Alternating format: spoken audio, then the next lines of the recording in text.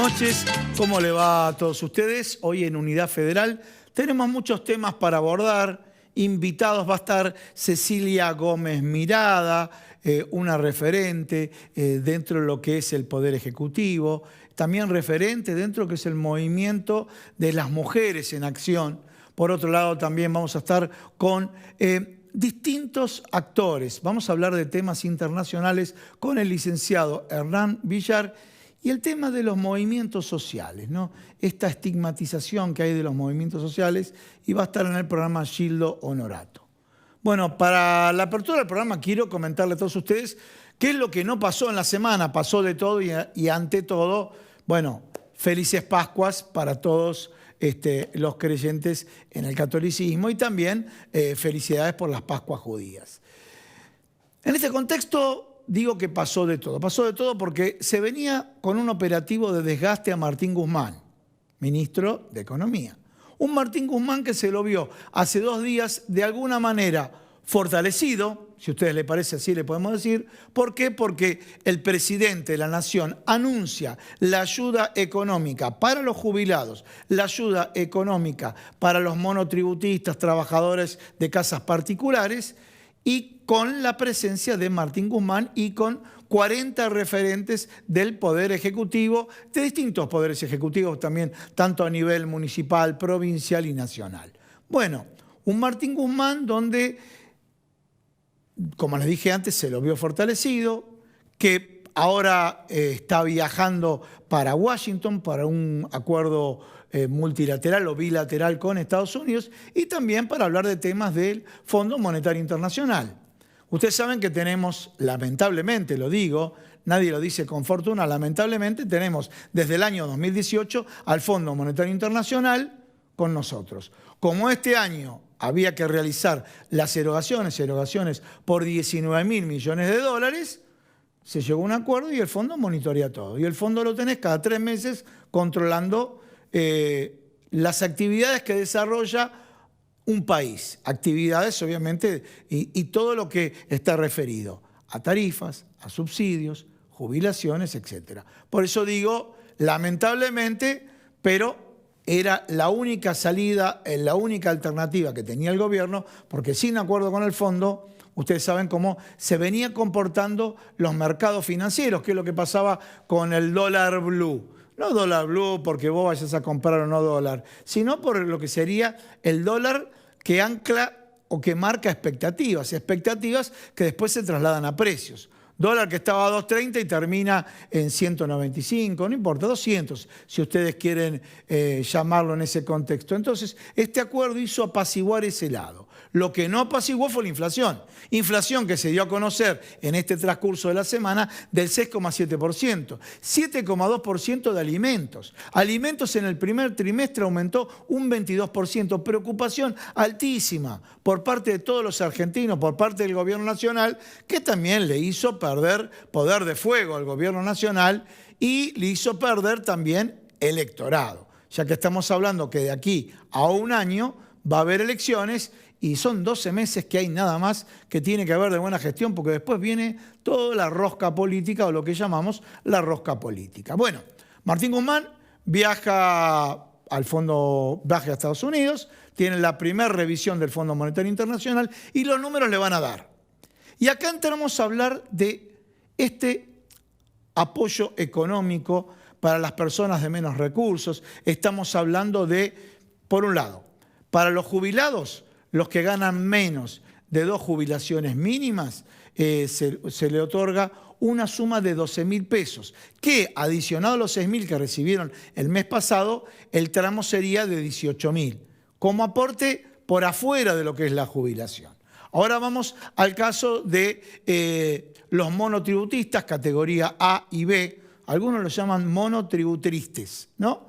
Porque generalmente en el mercado laboral se da mucha absoluta precariedad, y en este contexto a las categorías A y B se le da un apoyo de 18.000 pesos dividido en 2 cuotas de 9.000 y 9.000 pesos. En este contexto la pregunta es ¿cómo se financia? Financiamiento que se dice que, bueno, es a partir del Fondo a las ganancias inesperadas. Ganancias inesperadas que generó en la oposición un fuerte rechazo. Un fuerte rechazo. Yo diría de antemano. Ganancias inesperadas que Estados Unidos lo aplicó cuando fue la crisis del petróleo, y lo aplicó a las petroleras y que eventualmente están debatiéndolo ahora si lo aplican o no lo aplican. Ganancias inesperadas que el Fondo Monetario Internacional dice, no es mala esa consideración. Yo les digo, desde el punto de vista técnico, cómo se demuestra una ganancia inesperada si uno entiende cuál es el objetivo que busca Martín Guzmán. Dicen, si ese dinero, esa superutilidad, esa utilidad extraordinaria, la aplicás a inversión, no te vamos a cobrar una sobretasa. Pero si esa utilidad extraordinaria la aplicás para retirar dinero, sí vas a pagar una sobretasa. Esa es la idea. Todavía no se reglamentó, todavía no se conoce la letra chica. Algunos dicen que fue una prueba de fuego en el mercado, ver cómo reacciona el mercado, porque saben que si pasa por la Cámara, mejor dicho, que no va a pasar por la Cámara de Diputados. Si pasa por el Congreso, no va a salir por la Cámara de Diputados, no van a conseguir los votos necesarios. Tomando todos los votos que podría obtener el oficialismo, le estarían faltando 6 votos para conseguir este impuesto, este gravamen a la ganancia inesperada. Un tema también llamativo, cómo reaccionó la oposición. ¿Y por qué digo llamativo? La Ciudad Autónoma de Buenos Aires se financió con la suba del alumbrado, barrido y limpieza y queriendo cobrar un tributo a las tarjetas de crédito que después en la justicia lo perdió. Pero, señores, ¿cómo dicen que la Argentina no soporta un impuesto más cuando realmente los que dicen eso son los que han aplicado impuestos? Me refiero, en este caso, al mandatario de la Ciudad Autónoma de Buenos Aires, Horacio Rodríguez Larreta. Bueno, volviendo al esquema político, como le había dicho, a su vez a todo esto se suman las internas del Frente de Todos. Internas donde buscaron debilitar a Martín Guzmán. Como les comenté antes, en esa foto, ¿cuánto durará la foto? Se lo vio fortalecido con el presidente de la Nación en los anuncios del aumento. O sea, se anunció que van a percibir una suma fija, no remunerativa, como les mencioné antes, y por otro lado, no se mencionó cómo se financia. Ustedes se preguntan cómo se financia. Se financia con la inflación, porque con la inflación hubo más recaudación y en la mayor recaudación se puede financiar esta erogación. Buscan a futuro financiarlo con las ganancias, con lo denominado ganancias inesperadas o mal denominado ganancias inesperadas, porque hay que ver cómo se demuestra que esa ganancia era inesperada, ¿no? Otro factor también que se plantea de manera controversial en este esquema de recaudación que busca el gobierno nacional. En el programa del día de hoy, como les dije, vamos a hablar de temas internacionales. Vuelve acá el programa de Hernán Villar, nos va a contar un poco qué es lo que pasa en Francia, porque va de la derecha a la ultraderecha. ¿Y qué es lo que pasa con la Unión Europea? ¿Y cómo influye en la conformación de los bloques? Por un lado se dice, Rusia la está pasando mal con la guerra, tiene consecuencias económicas, pero sin embargo se la ve fortalecida con el bloque de China, Rusia e India. Bueno, todo esto vamos a tratar de abordarlo con Hernán Villar. También va a estar Cecilia Gómez Mirada, que vamos a preguntar sobre la ley de alquileres, ¿sí? Este tema del impuesto a la vivienda ociosa, este tema en un escenario inflacionario. Le doy mi reflexión, que esta ley de alquileres que no salió de este gobierno, ¿sí? Que se votó por unanimidad. Si no existiera inflación, hubiera caminado. Y la inflación generó que haya poca oferta, y como hay poca oferta, los precios son altísimos y hay una crisis dentro del sector yo diría de los locatarios, también de los locadores que dicen, mira, yo con este esquema de actualización del alquiler una vez por año, no me sirve. Entonces no quiero alquilar mi propiedad. Por eso insisto, si hubiéramos tenido indicadores de inflación más bajos, por ejemplo, del 9%, 10%, de 2 dígitos, la situación sería otra, de revisar un contrato una vez por año, cuando en un mes la inflación fue del 6,7%. Y le voy a pedir al señor director si podemos ver imágenes ahora sí, cambiamos de tema, vamos a hablar de la Federación, como lo comentamos la semana pasada, hubo entrega de diplomas, a ver si lo podemos ver en el final. Bueno, y hubo entregas de diplomas en Mar del Plata, y podemos ir pasando las imágenes, Necochea, Dolores, Miramar, Batán y Balcarce. Desde ya estuvo presente Graciela Audine, su secretaria general. Y también hubo entrega de diplomas, yo lo voy a comentar rápidamente, no necesariamente coincide con las localidades, en Bahía Blanca, Patagones y Punta Alta, cuyo secretario general es Martín Farías. Ahí estamos viendo las imágenes, un año de trabajo, la colación se entregó en cada una de las farmacias y estamos viendo ahí la entrega de diplomas que veo que algunos ya lo tienen enmarcados. Realmente las felicitaciones a todos aquellos que han participado del mismo. Y ahora sí, señor director, comenzamos de lleno con el programa, el primer bloque con Hernán Villar, qué es lo que pasa en el escenario internacional.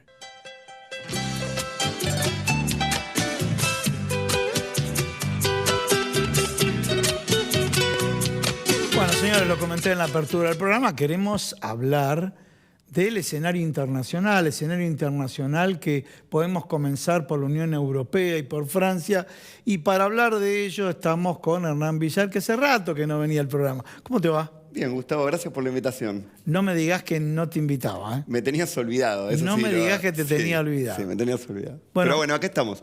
Bien, con elecciones en Francia, un fin de semana. En Francia.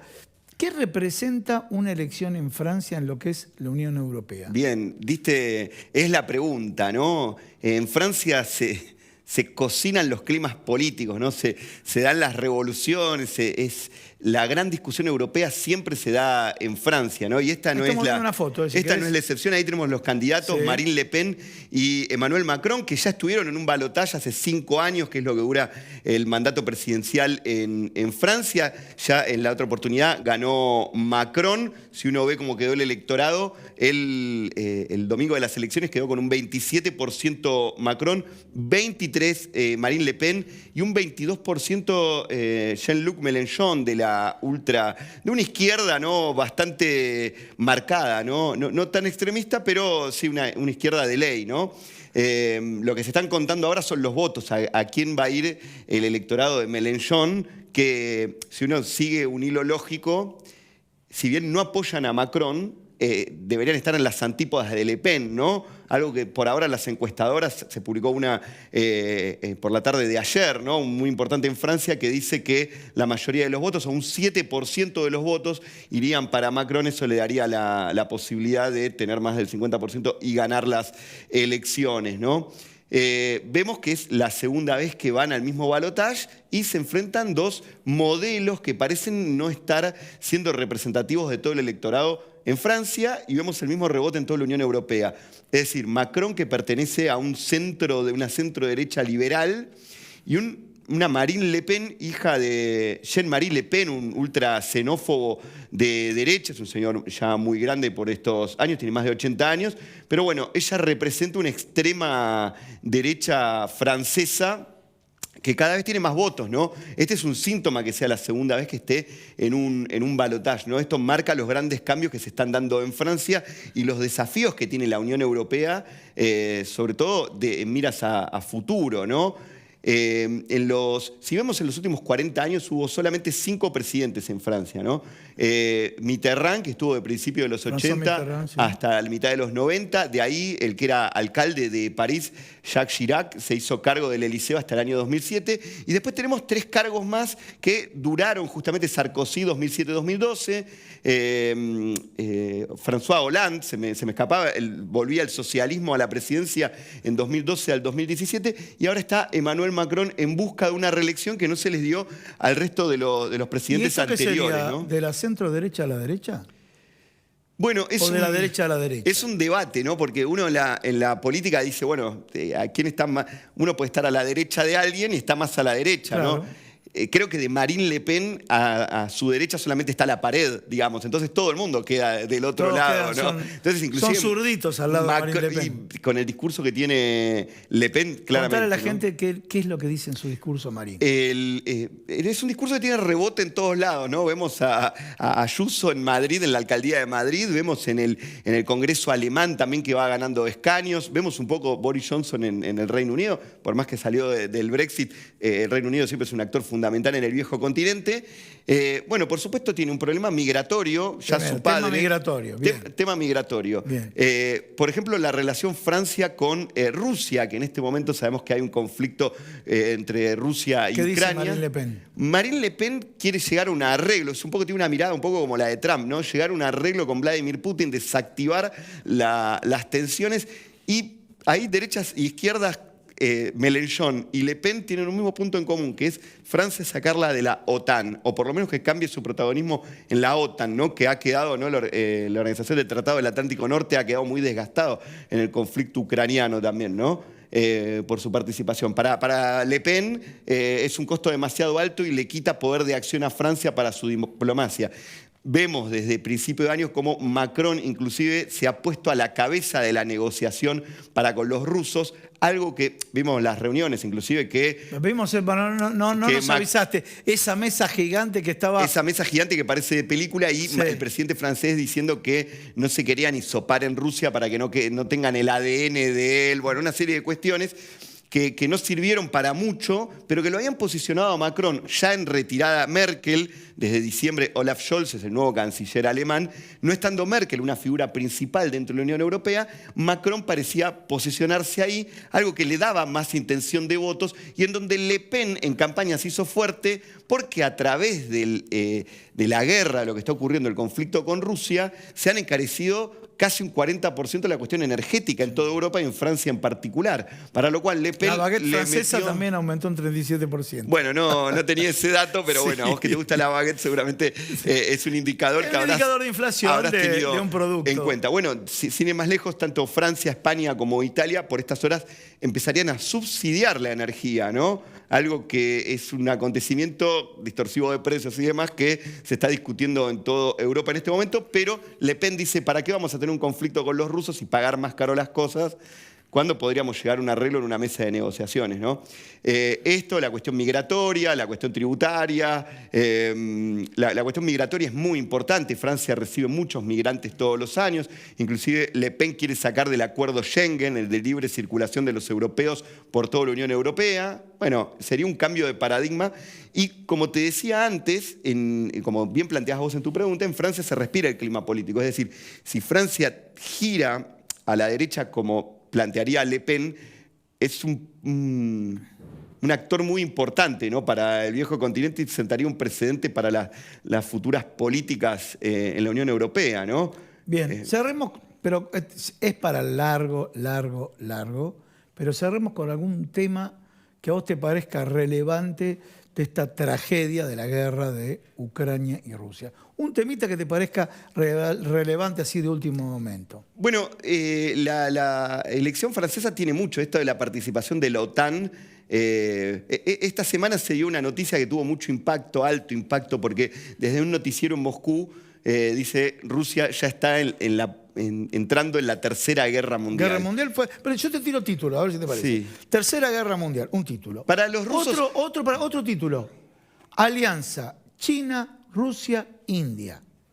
Global News, periódico chino. No, Tercera Guerra Mundial, desde el planteamiento de Putin, estaba planteado desde antes. Es decir, si uno escucha al presidente ruso, Rusia no está en guerra con Ucrania, Rusia está en guerra con la OTAN. Con la si OTAN. se quiere. El mayor contribuyente que tiene la OTAN, arriba del 72% de su presupuesto militar, pertenece a los Estados Unidos, lo pone los Estados Unidos. Es decir, Rusia le habla directamente al presidente norteamericano.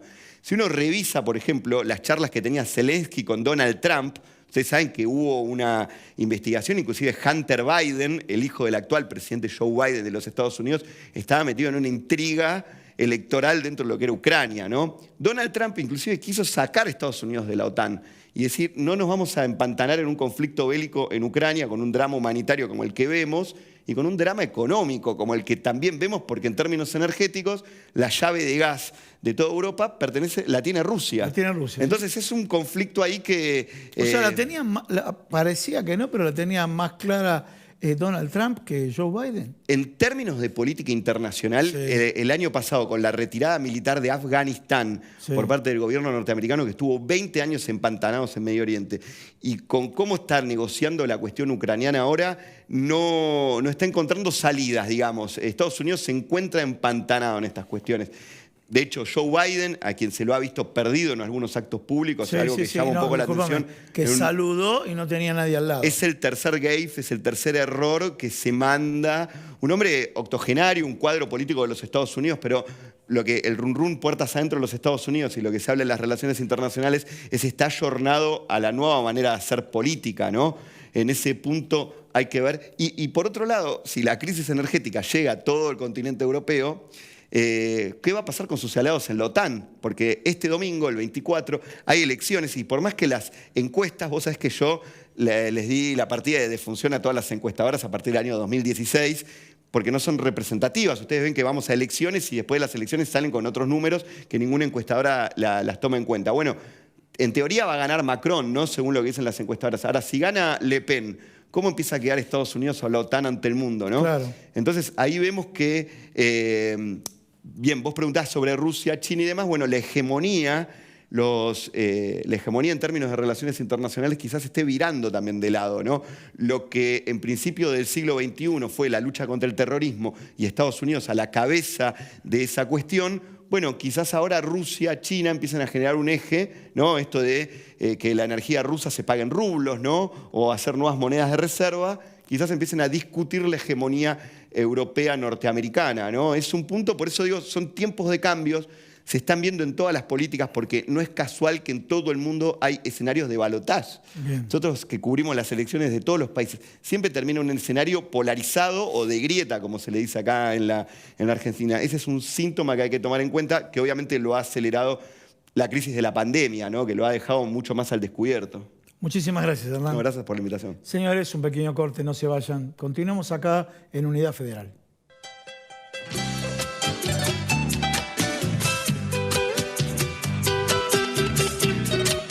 Bueno, y ahora sí estamos con Cecilia Gómez Mirada, subsecretaria de Asuntos Parlamentarios en la Jefatura de Gabinete de Ministros. Cecilia, buenas noches, gracias por venir al programa. Buenas noches, muchas gracias por Bueno, invitarnos. tenemos muchos temas para hablar, pero si te parece comenzamos por el programa de gobernanza y calidad parlamentaria. ¿Qué significa gobernanza y calidad parlamentaria? El programa de Gobernanza y Calidad Parlamentaria es un programa que queremos mucho en la subsecretaría porque nos dio la posibilidad de trabajar con los concejales y con las concejalas de toda la Argentina, de todos los consejos deliberantes, y realmente es un encuentro con una parte de la política y de los poderes legislativos que muchas veces no se les presta atención, ¿no? A los concejales, a las concejalas, y sin embargo, a lo largo de estos años de experiencia con el programa, son una parte muy, muy importante de la democracia, de las ciudades, de los pueblos. Y es el primero, más allá de la intendencia o del intendente, que también se encuentra con los problemas de los vecinos, de las vecinas, que tiene que pensar en esos problemas y ver cómo los transforma en ordenanzas, cómo los transforma en proyectos de ley, cómo los transforma en soluciones. Y lo que hacemos es una capacitación y una formación de todos ellos, con temas que por ahí son básicos y elementales, pero la experiencia y lo que nos han contado ellos mismos es que muchas veces el concejal o la concejala o no viene de la política, sobre todo no en las grandes ciudades, sino en los pueblos chicos. Nosotros nos ocupamos de ir al interior del interior, ¿no? Claro. A encontrarnos con estos legisladores locales y capacitarlos en técnica legislativa, en cómo existe una técnica, una forma de redactar los proyectos de ley, las ordenanzas, y que eso sea ordenado para que después sea una parte que se entienda, ¿no? De que sea fácil de interpretar. Es una de las partes de las capacitaciones. Herramientas para la igualdad de género y presupuestos con perspectiva de género, que es un tema que nuestro gobierno nacional ha instalado con mucha fuerza desde que asumió asumimos y que no solo en el presupuesto nacional, sino que ellos también lo pueden hacer en el trabajo legislativo y en los presupuestos locales. Es otro de los ítems.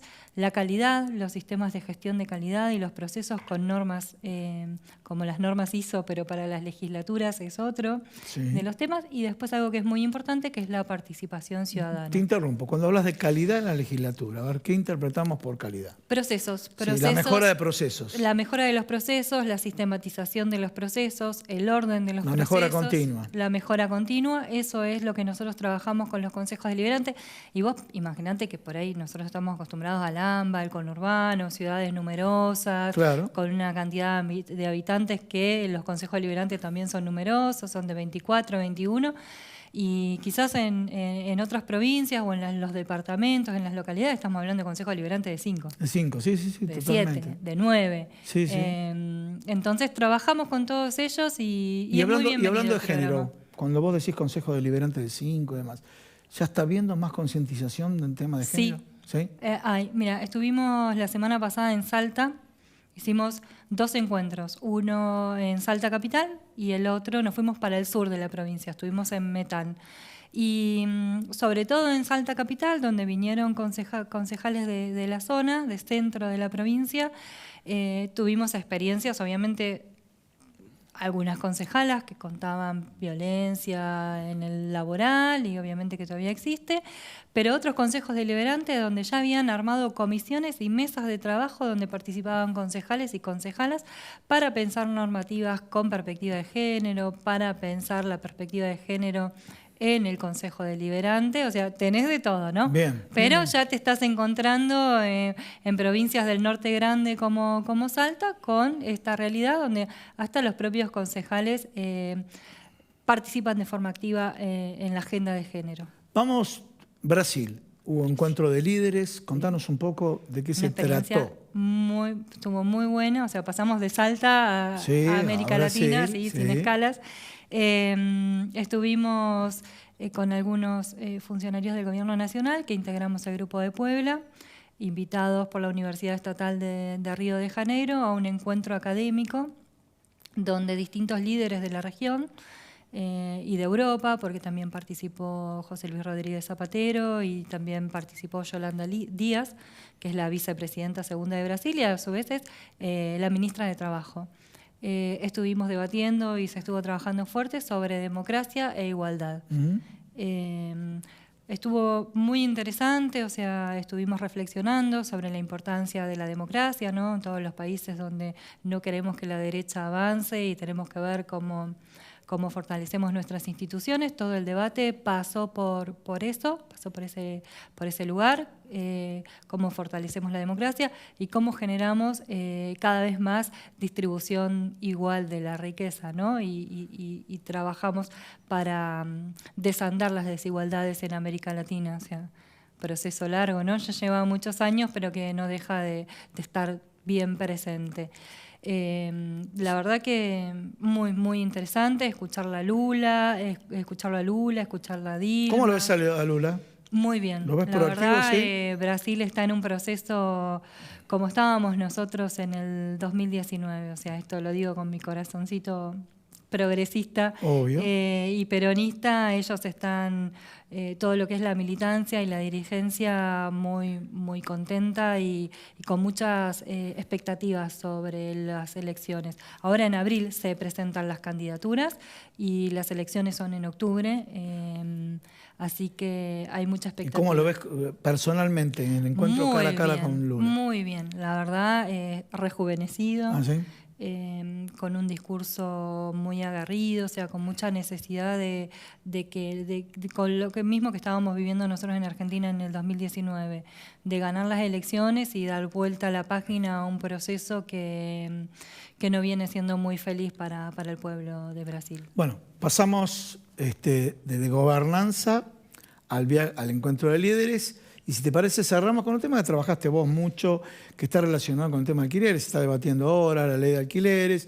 Los aspectos críticos pasan por el plazo, pasan por el sistema de actualización ¿sí? Y por la periodicidad de la actualización, alguna reflexión sobre la ley de alquileres y también el tema de qué es lo que va a pasar con la vivienda ociosa. Mira, yo personalmente me ocupé del tema de inquilinos en la provincia de Buenos Aires, cuando en la gestión de la Defensoría del Pueblo de la provincia de Buenos Aires, que encabeza el compañero Guido Lorenzino, creamos el área de atención a inquilinos de la provincia de Buenos Aires, un área que es una de las primeras que se crean en un estado. O sea, lo que tiene el tema de inquilinos es esa dificultad que la norma determina, que también es un contrato entre privados y entonces el Estado de alguna manera no interviene, ¿no? Porque claro, se lo toma desde el tema de consumidores y sin embargo era necesario y faltaba un área en el Estado que pudiese escuchar a los inquilinos. O sea, hay inquilinos buenos, hay inquilinos malos, como hay propietarios buenos, propietarios malos, ¿no? En esa cosa, pero no había un lugar de escucha, de atención y de orientación. Y la verdad que fue un área que recibíamos un montón de llamados. Teníamos un 0800 y la línea de atención de la Defensoría, donde el teléfono no paraba de sonar con distintas realidades que viven los inquilinos y las inquilinas. En ese proceso cambió la ley, que hoy nuevamente empieza a estar en debate. En este momento está la comisión informativa, donde están las distintas áreas y agrupaciones y asociaciones de inquilinos. ¿Qué falló de esta ley que se dice que no funciona o que funciona? Yo creo que a la ley le falta tiempo y nos falta... Y en un contexto inflacionario. Y claro, y eso. Porque si no fuera un contexto inflacionario... No creo que no tendríamos estos problemas. Creo que la ley, incluso en pasar de 2 años de renovación del contrato de alquiler a 3, fue un hecho muy positivo, sobre todo para los inquilinos y las inquilinas, y que nos lo dijo la realidad que vivimos atendiendo la Defensoría. Es muy caro renovar un contrato de alquiler. Obvio. Y aparte, además, a veces le hacen mejoras a la casa y de pronto que te quede un año más. Y además, sobre todo aquellos que tienen una familia y que se instalan en un barrio, que se instalan en la cercanía del colegio, del club, que arman una vida cotidiana. Si cada 2 años tu realidad cambia y te vas mudando, o sea, cambia tu realidad y cambia la realidad del barrio, ¿no? Esa cuestión de que los vecinos se conozcan, de que tengan muchos años asentados en el mismo lugar, de que construyan una vida cotidiana, que entre vecinos se cuiden. Es importante que no esté cambiando cada 2 años. Claro. Primero porque uno tiene que repensar su vida, que repensar dónde va a vivir. Y segundo es esto, ¿no? Esa construcción barrial que se desarma porque nos mudamos, porque nos vamos, porque hasta a veces tenés que cambiar de colegio. ¿Qué opinas del impuesto a la vivienda ociosa? Y si ayuda a que haya cada vez más propiedades en alquiler, creo que es un buen impuesto. Por esto, ¿no? Para que haya oferta, porque la otra situación que nos está pasando es que no hay oferta. Entonces, obviamente, oferta y demanda, cada vez los alquileres están más altos porque hay menos oferta. Sí. Hay menos oferta y uno termina viviendo en cualquier lado, ¿no? Así, me meto acá y quizás no son las mejores condiciones, o te tenés que ir del barrio, donde estás construyendo tu vida cotidiana y tu lazo barrial. Uno dice siempre, ¿por qué ya no hay ese conocimiento entre vecinos? Y si estás cambiando cada 2 años de vecinos, es como que ese conocimiento se pierde, o esa cotidianidad barrial se pierde, porque ¿no? Nos tenemos que ir cambiando de lugar. Cecilia, muchísimas gracias por venir al programa. Gracias a vos. Señores, no se vayan, un pequeño corte y continuamos acá con mucho más Unidad Federal.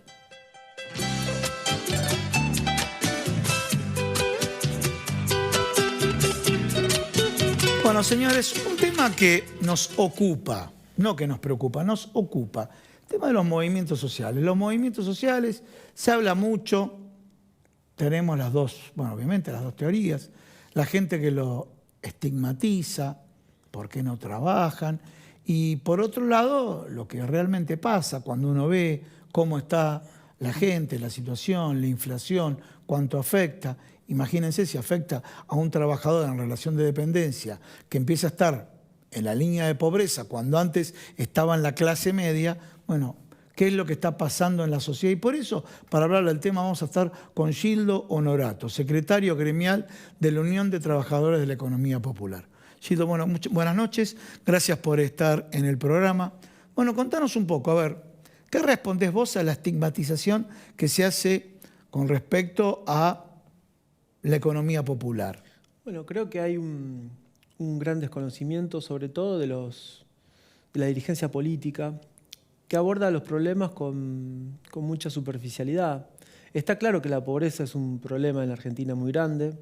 Tenemos 18 millones de pobres, según datos del INDEC. Sí. De esos casi 7,5 millones, desde la subsistencia básica se han generado su propio trabajo, motorizando la economía popular. 4 de ellos están registrados en el Registro Nacional de Trabajadores y Trabajadoras de la Economía Popular y solamente 1,2 millones reciben lo que se denomina programas sociales. Sí, el potencial trabajo. El potencial trabajo. Y pareciera que en el debate público... Fueran 10 millones de potencial trabajo. Exactamente. Y creo que, primero... Estamos hablando de 16.000, ¿no?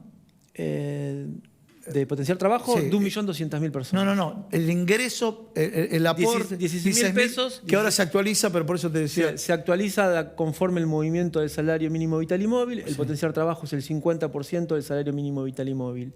Me parece que los problemas son más profundos y más serios.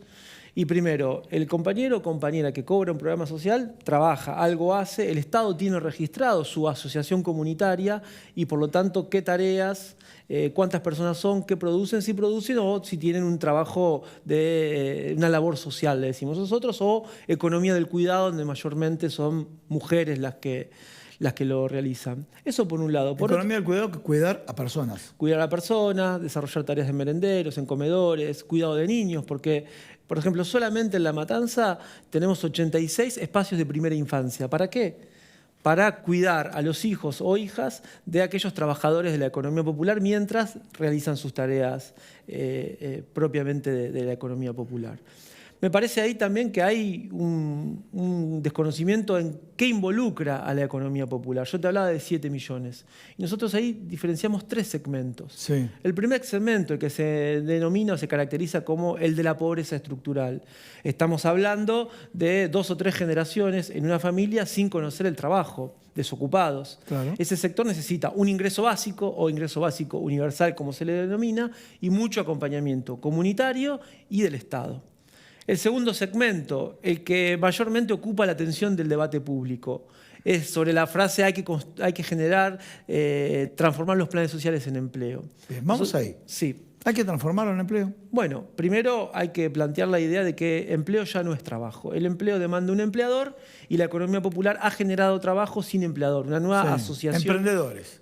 Ponele, sí, una forma de describirlo es el emprendedor. El gobierno anterior lo llamaba emprendedores. Vos tenés que ser tu propio jefe. Bueno, dejando de lado eso, que no es que uno comparta. Partiendo de la base que el emprendedor tiene un capital, la economía popular es subsistencia básica y desde ahí genera un circuito económico. Es comer para subsistir. Exactamente. Ese segmento social, que es el debate público que plantea transformar planes en empleo, es un segmento muy minoritario.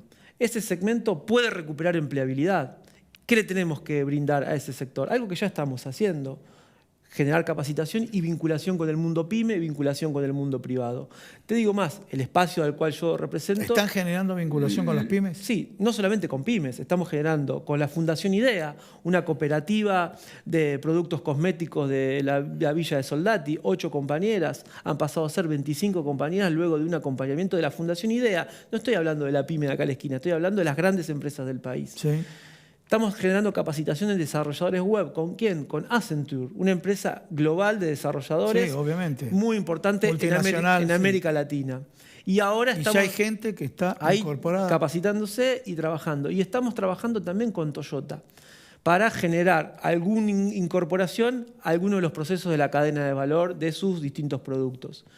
Esto lo estamos haciendo, pero esto es un segmento muy minoritario de aquellos que cobran el potencial trabajo. El núcleo de la economía popular, lo que nosotros denominamos la economía popular en sí, es un segmento que se generó su trabajo, se ha asociado y que son labores que no están bajo convenios colectivos, que tampoco las podemos denominar informales. ¿Por qué? Porque la informalidad son actividades que están bajo convenio y que el empleador no lo registra. La economía popular son actividades de nuevo tipo.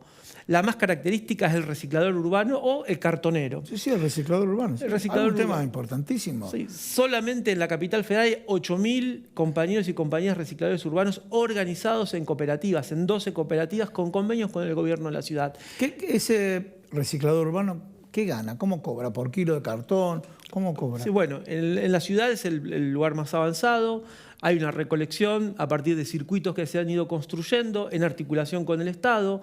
Toda esa recolección va a un centro verde donde se procesa, se pesa, se separa. Pero cuando uno ve el carrito, contanos la película a nosotros, vos porque la vivís a día, a ustedes, a los televidentes, porque vemos que pasa por el carrito cerca de casa. ¿Hasta dónde llega con ese carrito cuando está en el centro, en el microcentro, en Caballito, en Villa Crespo, en Palermo y demás? ¿Hasta dónde van? Más del 50% del cartón que habitualmente vemos en cajas, en los distintos productos que consumimos, proviene del reciclado de la Ciudad de Buenos Aires que generan los compañeros y compañeras recicladores urbanos, cartoneros, o esas personas que usted ve, que a veces pareciera, entre comillas, que molestan, que van por la calle juntando basura. Bueno, ¿y a dónde lo llevan?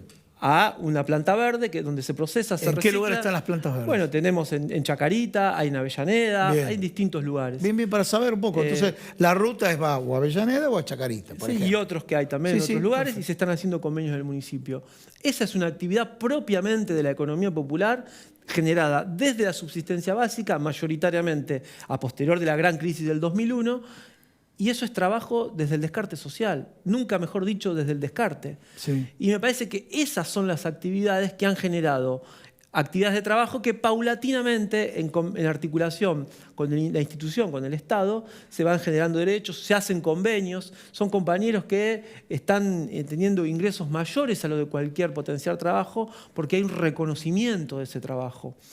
Para nosotros, para esos sectores, estamos planteando 3 medidas. Estamos hablando de 7 millones de compañeros y compañeras que están en la economía popular, no solamente el reciclador urbano. Nosotros planteamos 3 medidas. La primera medida, hay un monotributo social. Nosotros creemos que hay que ampliarlo a ese monotributo social y llamarlo monotributo productivo o puente de inclusión para valorar, reconocer y registrar ese trabajo.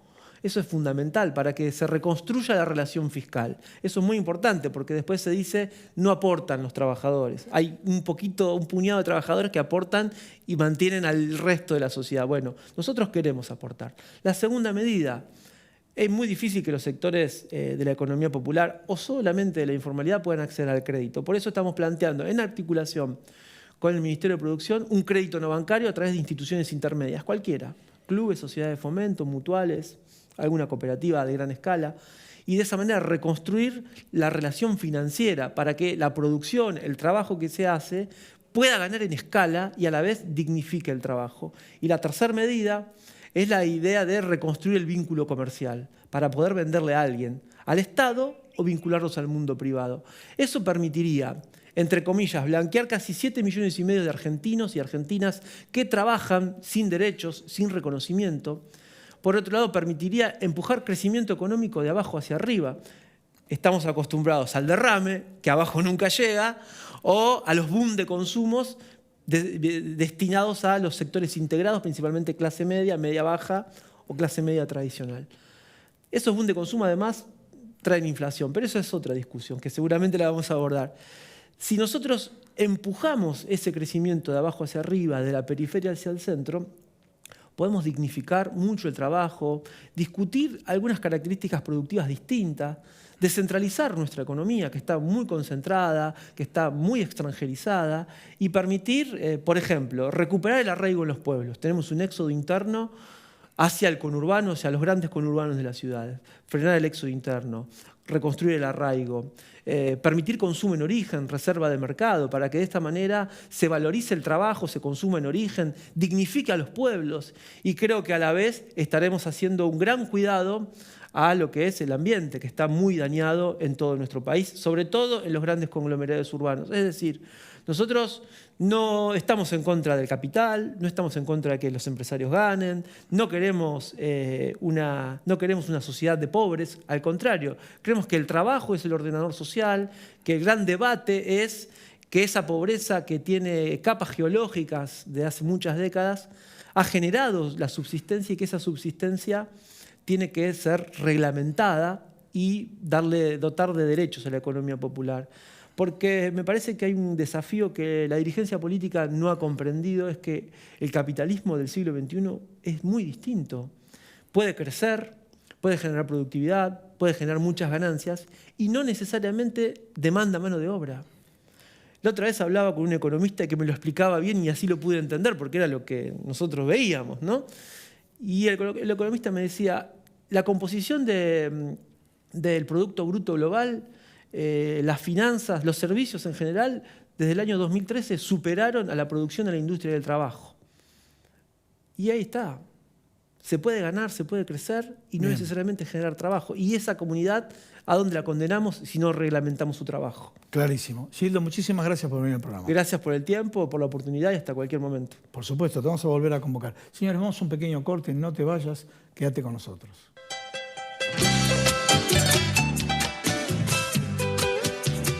Bueno, señores, un placer haber compartido este programa. Muchísimos invitados, muchísimos temas. Como siempre, los espero la semana que viene a esta propuesta que se llama Unidad Federal. Y también tengo que hacer los agradecimientos a la ropa, a la pincha. Y me refiero a Sastrería Windsor, www.sastreriawindsor.com.ar. Mirá lo que es este saco, mirá lo que es esta camisa. ¿Dónde la podés conseguir? En Maipú 843, Ciudad Autónoma de Buenos Aires, @Sastrería Windsor. Señores, muchísimas gracias nuevamente y nos vemos el próximo miércoles acá por Argentinísima Satelital.